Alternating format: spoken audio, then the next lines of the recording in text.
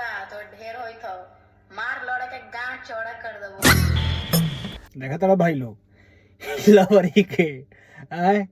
रे तोरा लगे बारे लवड़ा जे चमड़ा करबे मतलब का कहीं भाई एके रे लाई में तई सफाई कर दिमाग होश में आ गेल बिया बेचैन हो गेल बिया साफा हमरा ऊपर एक से एक वीडियो बनावतिया जा का करबू वीडियो बना के हमरा ऊपर आए तोरा ऐसा छिनार केतना अइली या गइली लेकिन प्रकाश अपन रेलाई बंद ना कैलक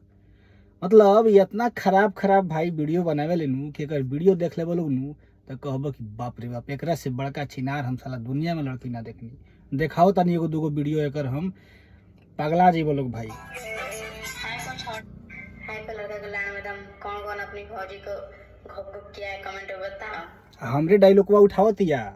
घोप घोप नुनिया से चल जीबू दुनिया से हमर वीडियो देखत रहतिया कि एकरा कस ना डोज देले बानी हमनू कि एकर दिमाग साफा ठिकाना में आ गेल बा एकर वीडियो देखिए अधिकांश एकर वीडियो भाई यही में मिली। कौन कौन लड़का अपने अपनी गर्लफ्रेंड को तेल लगा के पेल दिया कमेंट देखत रह एगो लड़की के मुंह से ई ऐसा ऐसा वीडियो बनावतिया आए हमनी के ऊपर तनका सा अपन राय रख देवे निसन कुछ कमेंट कर देवे निसन कि सुधर सन तो लोग साला हमनी ये कहला कि बहुत अश्लील वीडियो बनावेला अरे हमनी तो कुछ नहीं की सन हमनी के बाप बड़ा सन हम तो बहुत सोच समझ के वीडियो बनावे नहीं मीडियम जो छिनार बड़ी सन ओकरा के उठावे नहीं एकर वीडियो देख के तो लोग के पता लागत हुई कि कितना गंदा बा वीडियो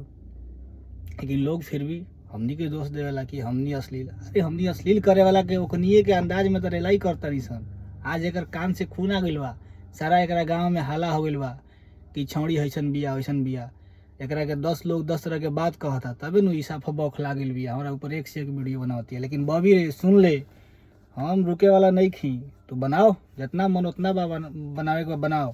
लेकिन हमहू छोड़े ना हमरो काम ये बा तो ये छिनार के रेलाई करल बाकी भाई लोग सपोर्ट करी ऐसे ही हमरा के वीडियो के ज़्यादा से ज़्यादा लाइक करी शेयर करी और कमेंट करी बाकी ऐसे ही प्यार देते रही और वो लोग खातिर ऐसे ही एक से एक छिनार के वीडियो लेके आवत रहे इहो लोग सुधारे साथ साथ मेरे वो लोग के हंसाए भी।